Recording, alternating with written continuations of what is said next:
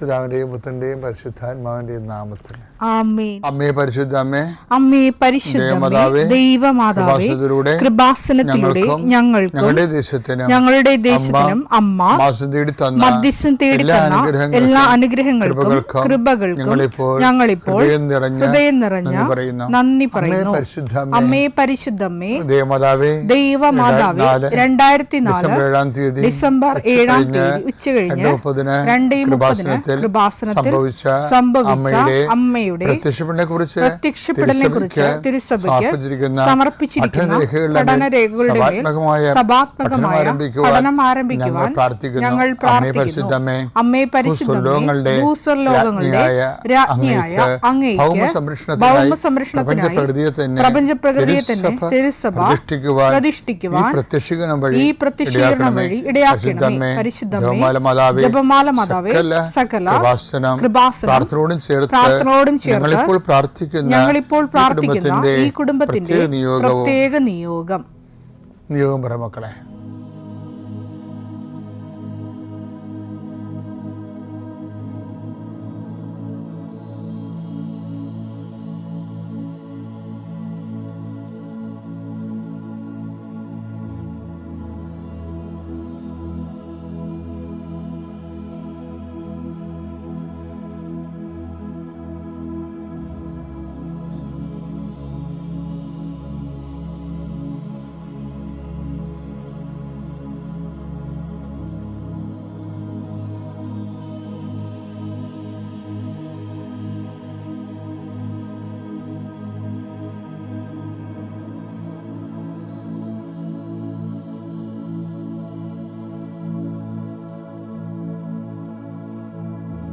അമ്മയുടെ പ്രത്യക്ഷീകരണത്തിന്റെ ഈ അനുഗ്രഹവേളയിൽ ഞങ്ങൾക്ക് സാധിച്ചു തരുവാൻ കനിയണമേ.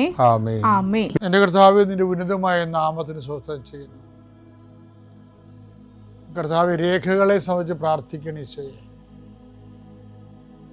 രേഖകൾ കയ്യിലില്ലെങ്കിൽ പോലും മനസ്സുകൊണ്ട് നിങ്ങൾ ആ രേഖകൾ നിങ്ങളുടെ കയ്യിൽ ഓർക്കുക.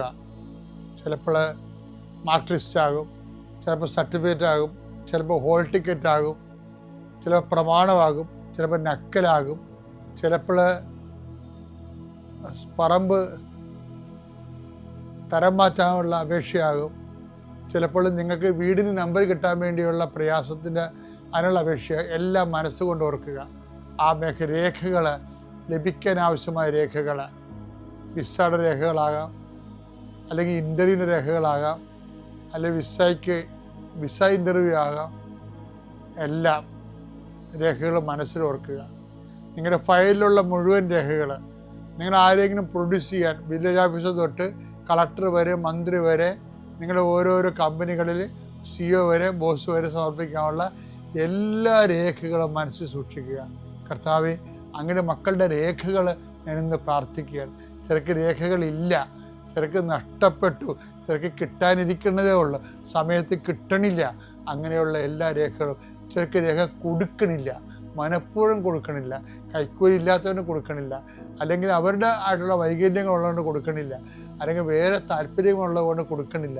അങ്ങനെയുള്ള പൈശാചികമായ തടസ്സങ്ങൾ യേശുക്രിസ്തു ഉന്നതമായ നാമത്തിൽ സഭയുടെ അധികാരത്തിൽ കുരിശിൻ്റെ അടയാളത്തിൽ 40 വർഷം ഞാൻ അർപ്പിച്ച കൃപാന്റെ ശക്തിയാൽ കൃപാസ്ഥാനത്താറെ ജീവനോടെ പ്രത്യക്ഷപ്പെട്ട മാതാവിൻ്റെ മധ്യസ്ഥത്താൽ നിന്റെ മുഴുവൻ രേഖകളെ അതിൻ്റെ തടസ്സങ്ങൾ വിടുവിക്കുകയും നിന്നെ അനുഗ്രഹിക്കുകയും ചെയ്യുന്നു. വിശ്വാസ പ്രമാണം. സർവശക്തനായ പിതാവും ആകാശത്തിന്റെയും ഭൂമിയുടെയും സൃഷ്ടാവുമായ ദൈവത്തിൽ ഞാൻ വിശ്വസിക്കുന്നു. അവിടുത്തെ ഏകപുത്രനും ഞങ്ങളുടെ കർത്താവുമായ ഈശോമിശിഹായിലും ഞാൻ വിശ്വസിക്കുന്നു. ഈ പുത്രൻ പരിശുദ്ധാത്മാവിനാൽ ഗർഭസ്ഥനായി കന്യകാമറിയത്തിൽ നിന്ന് പിറന്ന് പൊന്തിയോസ് പീലാത്തോസിന്റെ കാലത്ത് പീഡകൾ സഹിച്ച് കുരിശിൽ തറയ്ക്കപ്പെട്ട് മരിച്ച് അടക്കപ്പെട്ട് പാതാളങ്ങളിൽ ഇറങ്ങി മരിച്ചവരുടെ ഇടയിൽ നിന്ന് 3-ാം നാൾ ഉയർത്ത് സ്വർഗത്തിലേക്ക് എഴുന്നള്ളി സർവശക്തിയുള്ള പിതാവായ ദൈവത്തിന്റെ വലതുഭാഗത്തിരിക്കുന്നു. അവിടെ നിന്ന് ജീവിക്കുന്നവരെയും മരിച്ചവരെയും വിധിക്കുവാൻ വരുമെന്നും ഞാൻ വിശ്വസിക്കുന്നു. പരിശുദ്ധാത്മാവിലും ഞാൻ വിശ്വസിക്കുന്നു. വിശുദ്ധ കത്തോലിക്കാ സഭയിലും പുണ്യവാന്മാരുടെ ഐക്യത്തിലും പാപങ്ങളുടെ മോചനത്തിലും ശരീരത്തിന്റെ ഉയർപ്പിലും നിത്യമായ ജീവിതത്തിലും ഞാൻ വിശ്വസിക്കുന്നു. ആമേൻ. സുഖസ്ഥനായ ഞങ്ങളുടെ പിതാവേ, അങ്ങയുടെ നാമം പൂജിതമാകണമേ. അങ്ങയുടെ രാജ്യം വരണമേ. അങ്ങയുടെ തിരുമനസ് സ്വർഗത്തിലെ പോലെ ഭൂമിയിലുമാകണമേ. അന്നു വേണ്ടുന്ന ആഹാരം ഇന്ന് ഞങ്ങൾക്ക് തരണമേ. ഞങ്ങളോട് തെറ്റ് ചെയ്യുന്നവരോട് ഞങ്ങൾ ക്ഷമിക്കുന്നത് പോലെ ഞങ്ങളുടെ തെറ്റുകൾ ഞങ്ങളോടും ക്ഷമിക്കണമേ. ഞങ്ങളെ പ്രലോഭനത്തിൽ ഉൾപ്പെടുത്തരുതേ, തിന്മയിൽ ഞങ്ങൾ രക്ഷിക്കണമേ. ആമേൻ. നന്മ നിറഞ്ഞ മറിയമേ, സ്വസ്തി. കർത്താവ് അങ്ങയുടെ കൂടെ സ്ത്രീകളിൽ അങ്ങ് അനുഗ്രഹിക്കപ്പെട്ടവളാകുന്നു. അങ്ങയുടെ ഉദരത്തിൻ ഫലമായി ഈശോ അനുഗ്രഹിക്കപ്പെട്ടവനാകുന്നു. പരിശുദ്ധ മറിയമേ, തമ്പുരാന്റെ അമ്മേ, പാപികളായ ഞങ്ങൾക്ക് വേണ്ടി ഇപ്പോഴും ഞങ്ങളുടെ മരണസമയത്തും തമ്പുരാനോട് അപേക്ഷിക്കണമേ. ആമേൻ. എൻ്റെ പ്രിയപ്പെട്ടവർ, നമ്മൾ കഴിഞ്ഞ ആഴ്ച ഒരു സീരിയസ് വിഷയം ഡിസ്കസ് ചെയ്തായിരുന്നു. കാര്യം ആധ്യാത്മിക മുന്നേറ്റം, ജീവിത മുന്നേറ്റം എന്ന് പറയുന്നത് അതിൻ്റെ ഘടകങ്ങളെ ഞാൻ പറഞ്ഞായിരുന്നു നിങ്ങളോട്. ഒന്ന്, എല്ലാ കാലങ്ങളും നമുക്കുണ്ടാകുന്നതാണ് അനുഗ്രഹത്തിൻ്റെ കാലം. പ്രാർത്ഥിക്കുന്നു, അനുഗ്രഹം പ്രാപിക്കുന്നു. അത് ഒരു ഘട്ടമാണ് ശരിക്കും. ഇനി കുറച്ചുകൂടി ഉടമ്പടിയിലൊക്കെ ജീവിക്കുന്നവർക്ക് പെട്ടെന്ന് രണ്ടാം മേഖലയിലേക്ക് പ്രവേശിക്കാം. രണ്ടാം മേഖല എന്ന് പറഞ്ഞാൽ എന്താണ്? കഴിഞ്ഞ ദിവസം നമ്മൾ കണ്ടായിരുന്നു, അഭിഷേകത്തിൻ്റെ മേഖലയാണ്. അഭിഷേകത്തിൻ്റെ മേഖല എന്ന് പറയുന്നത്, ഇപ്പോൾ ഉദാഹരണത്തിന് മോസസിനോട് ദൈവം പറഞ്ഞില്ലേ, എന്താ പറഞ്ഞത്? ഞാൻ ഈ ദിവസങ്ങളിൽ ധ്യാനത്തിൽ പറയുന്നുണ്ടത്, നിങ്ങൾ ശ്രദ്ധിച്ചാൽ നല്ലതാണ്. അതായത് മോസസിനോട് ദൈവം എന്താണ് ഒരു വാഗ്ദാനം കൊടുത്തത്? ഞാൻ നിങ്ങളുടെ കൂടെ ഉണ്ടായിരിക്കും, നിങ്ങൾ പോകുന്നിടത്തല്ല, അല്ലേ? അപ്പം അതൊരു നിങ്ങൾക്ക് ആശ്വാസം നൽകുകയും ചെയ്യും. അവിടെ ആശ്വാസമാണ് കൊടുക്കുന്നത്.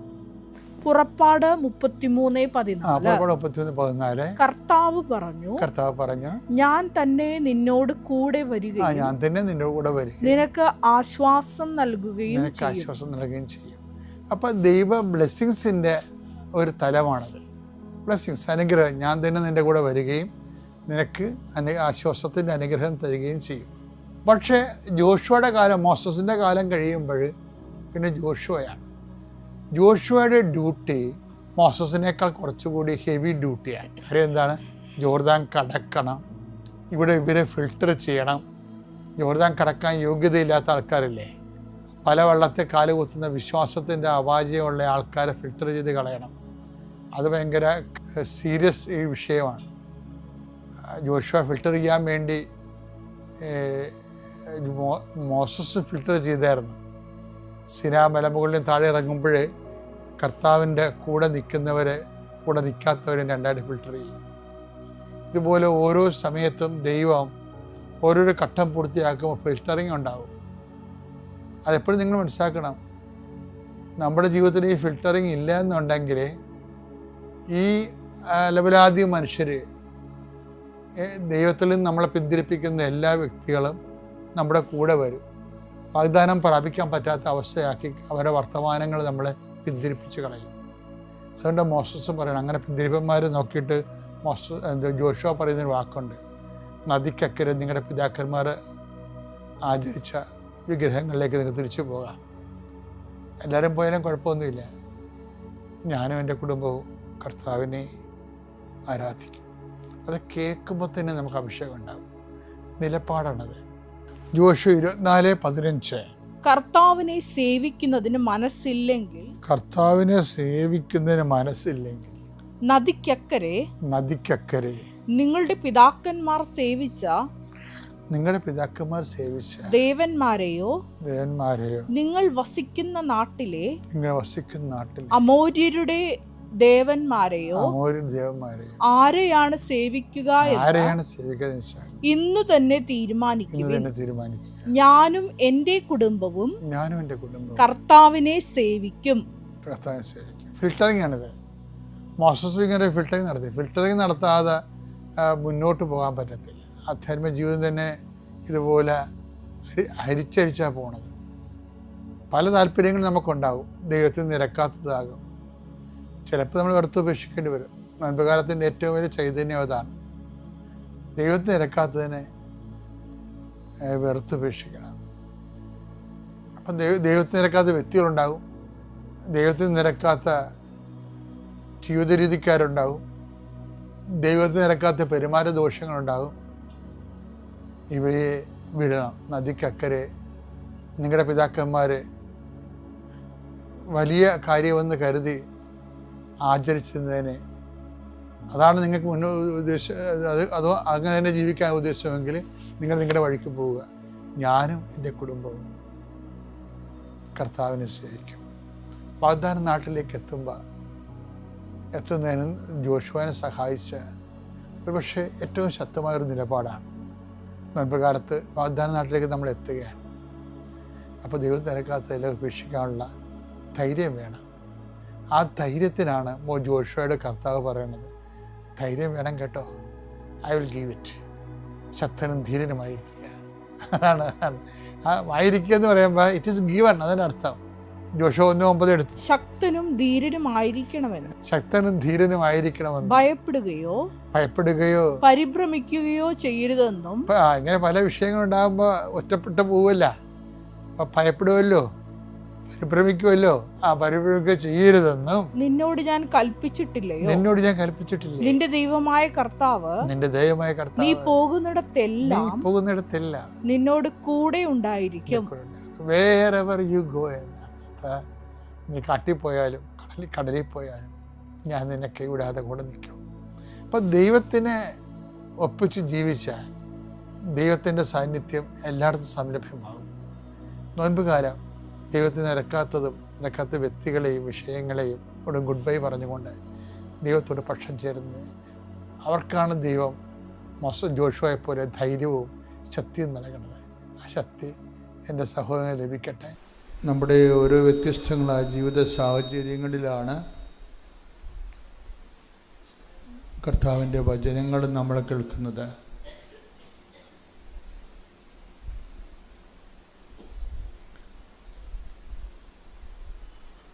നമുക്കെല്ലാ കാലത്തും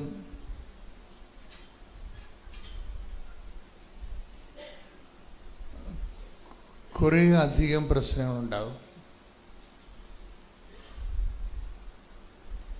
നമ്മൾ ദൈവത്തിൻ്റെ വരുമ്പോൾ നിങ്ങൾ തണുക്കെ പ്രാർത്ഥിച്ച് വണ്ടിയിൽ തിരിച്ചു പോകുമ്പോൾ നിങ്ങൾ പറയൂ, അത് കർത്താവിനോട് പറഞ്ഞില്ലല്ലോ എന്ന് ഓർക്കൂ. വീട്ടിലെത്തുമ്പോഴാണ് ദൈവമേ അവിടം വരെ എത്തി, മാതാവിന് നേരെ കണ്ടിട്ട് പ്രാർത്ഥിച്ചിട്ടും അത് പറഞ്ഞില്ലല്ലോ, മറന്നുപോയല്ലോ എന്നൊക്കെ ഓർക്കുമോ? മനുഷ്യന്മാരൊരിക്കലും പ്രാർത്ഥിച്ച് തീരത്തില്ല അവരുടെ പ്രശ്നങ്ങൾ. മനുഷ്യന്മാരൊരിക്കലും അവരുടെ പ്രാർത്ഥനകൾ, അവരുടെ വിഷയങ്ങൾ പ്രാർത്ഥിച്ച് തീരത്തില്ല. വിഷയങ്ങൾ വെച്ചാണ് നമ്മൾ പ്രാർത്ഥിക്കണമെന്നുണ്ടെങ്കിൽ, അതിനാണ് പ്രാർത്ഥനയ്ക്ക് നമ്മൾ പ്രാധാന്യം കൊടുക്കണമെന്നുണ്ടെങ്കിൽ വിഷയങ്ങൾ ഇങ്ങനെ പെരുകും. അപ്പം നമുക്ക് ഒരു ആധ്യാത്മിക ജീവിതം നമ്മുടെ വിഷയത്തെ അഡ്രസ്സ് ചെയ്തുകൊണ്ട് അധികകാലം മുന്നോട്ട് പോകാൻ പറ്റത്തില്ല. വിഷയങ്ങളെ സ്റ്റിക്ക് ഓൺ ചെയ്തുകൊണ്ടാണ് നമ്മൾ നമ്മുടെ പ്രാർത്ഥനയെ ബേസ് ചെയ്യണമെന്നുണ്ടെങ്കിൽ വിഷയങ്ങൾ ഇങ്ങനെ പെരുകും. പ്രാർത്ഥനയ്ക്ക് വിഷയങ്ങളേ ഉണ്ടാകത്തുള്ളൂ. പ്രാർത്ഥനകൾ തന്നെ വിഷയങ്ങളെ വിഴുങ്ങിക്കളയും. നമ്മുടെ പ്രാർത്ഥനകൾ നമ്മുടെ വിഷയങ്ങൾ വിഴുങ്ങുന്നുണ്ട്. ശരിക്കും നമ്മുടെ വിഷയങ്ങൾ നമ്മുടെ പ്രാർത്ഥനകളെ വിഴുങ്ങിയിട്ടുണ്ടെങ്കിൽ നമ്മൾ ദൈവത്തിൽ നിന്ന് പിന്നോട്ട് പോയിക്കൊണ്ടിരിക്കുക. എപ്പോഴും ശ്രദ്ധിക്കണം. കാര്യം ഒരു സബ്ജക്റ്റ് ഓറിയൻ്റഡ് ആയിട്ടൊരു ആധ്യാത്മികത അധികാരം മുന്നോട്ട് പോകാൻ പറ്റത്തില്ല. ഒരു ആധ്യാത്മികയുടെ ഇന്ധനം ദൈവസ്നേഹമാണ്, വിഷയസ്നേഹമല്ല. അതുകൊണ്ടാണ് ആധ്യാത്മികയുടെ ഇന്ധനമെന്ന് പറയണത്. ഇന്ധനമില്ലാതെ ഒന്നും കത്തത്തില്ലല്ല. ജെറ്റ് വിമാനമായാലും വണ്ടിയായാലും കാറായാലും മുന്നോട്ട് പോകണമെങ്കിൽ പെട്രോൾ വേണം. ആധ്യാത്മികയുടെ ഇന്ധനം എന്ന് പറഞ്ഞാൽ എന്താണ്? നമ്മുടെ വിഷയങ്ങളാണ്. അല്ല, വിഷയങ്ങളൊരു ഇന്ധനമാക്കിയാൽ അധികകാലം മുന്നോട്ട് പോകത്തില്ല. കാര്യം പ്രധാനപ്പെട്ട കാരണങ്ങൾ പല വിഷയങ്ങളും ആപേക്ഷികമായതുകൊണ്ടാണ്. റിലേറ്റീവ് നിങ്ങളുടെ ഇൻറ്റൻഷൻസ് റിലേറ്റീവ് ആണ്. റിലേറ്റീവ് എന്ന് പറഞ്ഞാൽ എന്താണ്? ഇൻറ്റൻഷൻസ് എന്ന് പറഞ്ഞാൽ എന്താണ്? നിയോഗം. റിലേറ്റീവ് എന്ന് പറഞ്ഞാൽ എന്താണ്? ആപേക്ഷികം. ഇന്ന് നിങ്ങൾ ആഗ്രഹിക്കുന്നത് അത് ശരിയാണെന്നാണ്. ചിലപ്പോഴേ കാലത്തിനൊരു കാലനാണ് എപ്പോഴും വില്ലനായിട്ട് പ്രവർത്തിക്കും. കാലം ഒരു വില്ലനായിട്ട് പ്രവർത്തിക്കും. കാലം മുന്നോട്ട് പോകും തോറും നിങ്ങൾ ഇന്ന് വെച്ചിരിക്കുന്ന വിഷയങ്ങൾ തന്നെ നിങ്ങൾക്ക് പണിയായിട്ട് വരും. ഇപ്പോൾ ഒരു കാലത്ത് എങ്ങനെയെങ്കിലും ഒരു അമേരിക്കൻ ടെക്കി ആകാൻ വേണ്ടി നിങ്ങൾ, എനിക്ക് വേറെ ഒന്നും കുഴപ്പമില്ല, എൻ്റെ ജീവൻ പണി എടുത്തോളാൻ വേണ്ടി പറഞ്ഞുകൊണ്ട് നമ്മൾ അമേരിക്കൻ ടെക്കി ആകാൻ വേണ്ടി ആൾക്കാർ എന്തുമാത്രം പ്രൊഫഷണൽസാണ് അതിനു വേണ്ടി പഠിച്ചതും MCA തൊട്ട് അങ്ങോട്ടുള്ള ഡിഗ്രികളെല്ലാം കമ്പ്യൂട്ടറിൽ എടുത്തതും എല്ലാം അമേരിക്കൻ പ്രോജക്റ്റ് എടുത്ത് ചെയ്യണം. എന്നിട്ട് അവരുടെ കമ്പനി ബാംഗ്ലൂർ വർക്ക് ചെയ്യണം.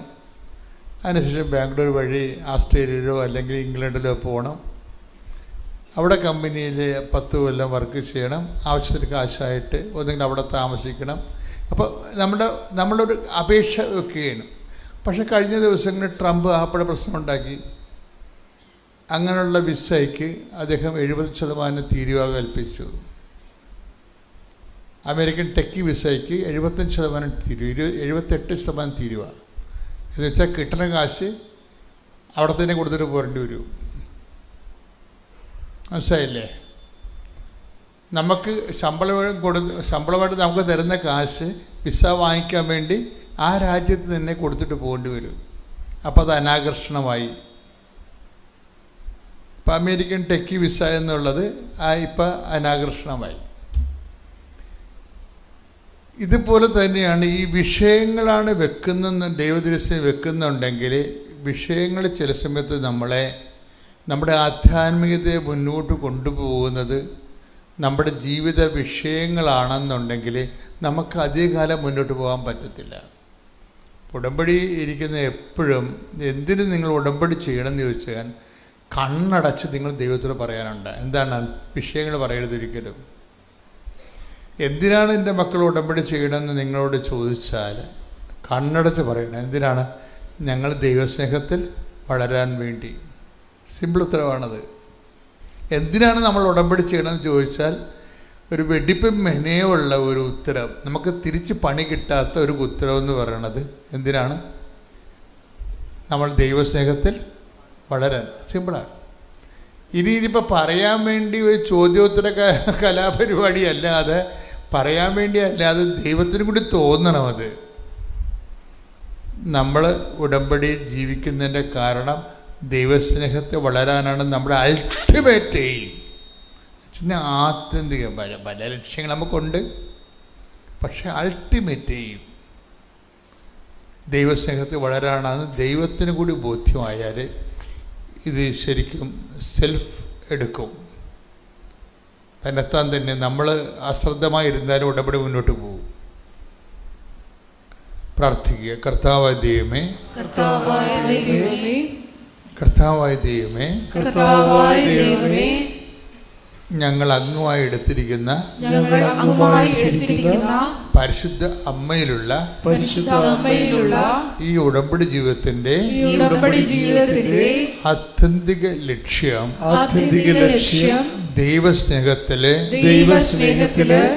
വളരുകയും പുലരുകയും ചെയ്യുകയാണ്. ആ ഒരു ആന്തരിക ബോധ്യത്തിലേക്ക് ഞങ്ങളെ നയിക്കണമേ. ശ്രുതികടെ ഹല്ലേലൂയ, ഹല്ലേലൂയ, ഹല്ലേലൂയ, യേശുവേ നന്ദി, ഹല്ലേലൂയ, ആരാധന, ആരാധന, ഹല്ലേലൂയ, ഹല്ലേലൂയ,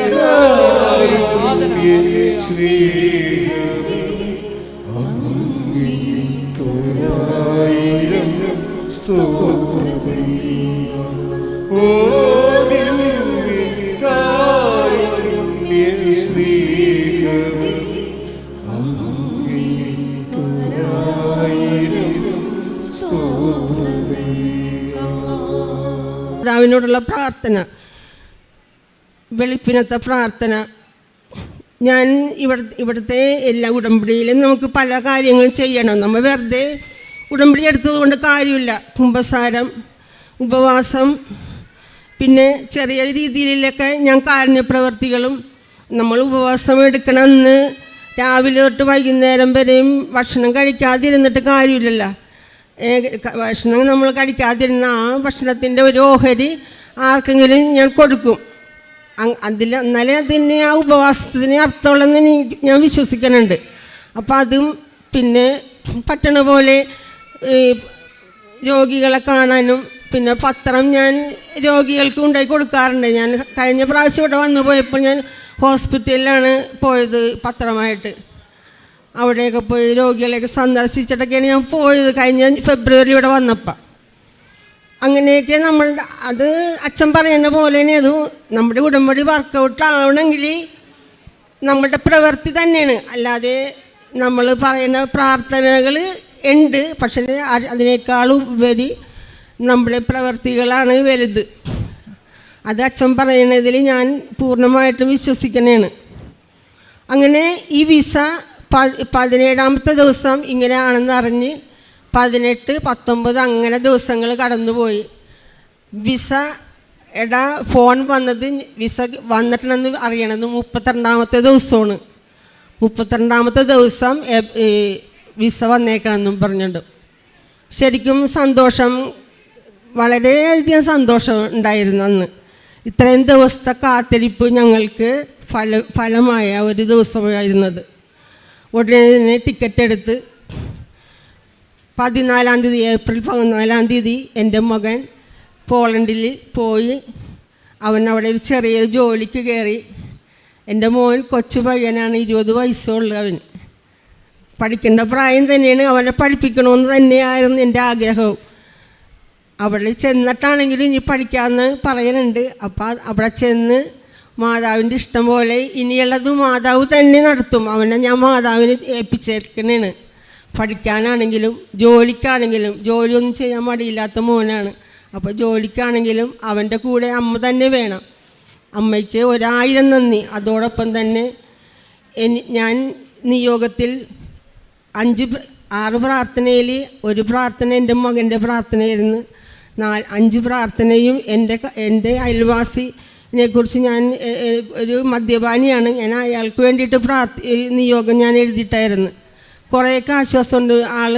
അവിടെ ഭയങ്കര ശല്യമായിട്ടുള്ള അവരുടെ വീട്ടിൽ തന്നെ പല ഉപദ്രവങ്ങളും തല്ലിപ്പൊളിക്കൽ അങ്ങനെയൊക്കെ നമ്മൾ തൊട്ട അടുത്ത് തന്നെ കാരണം കാണുമ്പോഴും കേൾക്കുമ്പോഴും ഭയങ്കര സങ്കടം തോന്നാറുണ്ട്.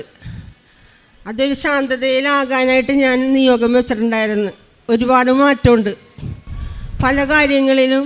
ഇപ്പം എൻ്റെ മോൻ്റെ കാര്യത്തിനാണെങ്കിലും എനിക്ക് ഒരുപാട് മാറ്റങ്ങൾ. അവൻ കുറേ കൂട്ടൊക്കെ കൂടി നടന്നു വെച്ചാൽ ആ ഒരു ഉടമ്പടി എടുത്തതിന് ശേഷം ആ കൂട്ടിൽ നിന്നൊക്കെ കുറേയൊക്കെ മോചനം വന്ന് സമയത്തിനൊക്കെ വീട്ടിൽ വരാനും, ഇത്തിരി വൈകിയൊക്കെ അവൻ വീട്ടിലോട്ട് വരാറുണ്ട്, നേരത്തിന് വീട്ടിലെത്താനും. അങ്ങനെ ഒരുപാട് മാറ്റങ്ങൾ അവന് സംഭവിച്ച്. കൂടാതെ എൻ്റെ മകൻ, ഈ മൂത്ത മോൻ, അവന് ജോലിയിൽ കുറച്ചും കൂടി കയറ്റം കിട്ടാനായിട്ട് ഞാൻ ഈ നിയോഗത്തിൽ ഞാൻ എഴുതിയിട്ടുണ്ടായിരുന്നു. അതിന് സാധിച്ചിട്ടുണ്ട്. ഇനിയുള്ള എൻ്റെ യാത്രയിൽ എൻ്റെ ജീവിത അവസാനം വരെ എൻ്റെ അമ്മ എൻ്റെ കൂടെ ഉണ്ടാകണം. അമ്മയ്ക്ക് 1000 നന്ദി, 100,000 കോടാനുകൂടി നന്ദി. ആദ്യം തന്നെ അമ്മയോടും തിരുവുമാനോടും 1000 നന്ദി പറയുന്നു. എൻ്റെ പേര് റോണിയ സെലിൻ. ഞാൻ മാവേലിക്കരയിൽ നിന്ന് വരുന്നു. എൻ്റെ മോള് മരിയ ബെൻസിക്ക് വേണ്ടിയാണ് ഞാൻ സാക്ഷ്യം പറയുന്നത്. ഇപ്പം മോൾക്ക് 7 മാസമുണ്ട്. എൻ്റെ പേര് റോണിയ സെലിൻ, സ്ഥലം മാവേലിക്കര, കൊർത്തിയാട്. ഞാൻ ഗർഭിണിയായിരിക്കുന്ന സമയം 5-ാം മാസത്തിലാണ് കുഞ്ഞിൻ്റെ നട്ടെല്ലിൽ ഒരു മുഴ വളരുന്ന കാര്യം സ്കാനിങ് ചെയ്തപ്പോൾ ഡോക്ടർ പറഞ്ഞത്. പിന്നീട് എറണാകുളത്തേക്ക് ഡീറ്റെയിൽ സ്കാനിങ്ങിന് അയച്ചു. അവിടെ ഡീറ്റെയിൽ സ്കാനിങ് ചെയ്തപ്പോൾ കുഞ്ഞിൻ്റെ നട്ടെല്ലിൽ ഒരു നാരങ്ങ വലിപ്പത്തിൽ മുഴ വളരുന്നതായും അതുമൂലം കുഞ്ഞിൻ്റെ തലയ്ക്ക് വെള്ളം കെട്ടുന്നതായും ചെറിയ രീതിയിൽ തല വലുതാവുന്നതായും കണ്ടു. ഈ മുഴ കാരണം കുഞ്ഞിന് ജനിച്ചാലും കുഞ്ഞിന് കാലിൽ ബലക്കുറവും യൂറിനും മോഷനും പോകാൻ ബുദ്ധിമുട്ടും വരുമെന്ന് ഡോക്ടർ പറഞ്ഞു. പിന്നീട് മൂത്രം പോകാൻ കത്തീറ്റർ ഇടുകയും ഓപ്പറേഷൻ ചെയ്യുകയും ചെയ്യേണ്ടി വരുമെന്നും പറഞ്ഞു. അബോർഷനായിരിക്കും ചെയ്യുന്നത് നല്ലതെന്ന് ഡോക്ടർ സജസ്റ്റ് ചെയ്തു. എങ്കിലും നിങ്ങളുടെ ഇഷ്ടം പോലെ ചെയ്യാമെന്ന് ഡോക്ടർ പറഞ്ഞു. അങ്ങനെ അപ്പോൾ എന്ത് ചെയ്യണമെന്ന് ഞങ്ങൾക്ക് അറിഞ്ഞുകൂടായിരുന്നു. എങ്കിലും ഹസ്ബൻഡിൻ്റെ ഫുൾ സപ്പോർട്ടിൽ പ്രഗ്നൻസി മുന്നോട്ട് കൊണ്ടുപോകാൻ ഞങ്ങൾ തീരുമാനിച്ചു. ആ ഇടയ്ക്കാണ് ഹസ്ബൻഡിൻ്റെ കൂട്ടുകാരൻ കൃപാസനത്തെപ്പറ്റി ഞങ്ങളോട് പറഞ്ഞത്. അവിടെ ചെന്ന് പ്രാർത്ഥിച്ചാൽ അമ്മ മാതാവ് ഒരു കുഴപ്പവും കൂടാതെ കുഞ്ഞിനെ തരുമെന്ന് പറഞ്ഞു. അങ്ങനെ 7-ാം മാസത്തിൽ ഞാനിവിടെ വരികയും അമ്മ മാതാവിനോട് കരഞ്ഞു പ്രാർത്ഥിക്കുകയും ചെയ്തു. ഉടമ്പടി എടുക്കുകയും ചെയ്തു. 2022 ഓഗസ്റ്റ് 7-ാം തീയതി ഞാൻ ഇവിടെ വന്ന് ഉടമ്പടി എടുത്തു.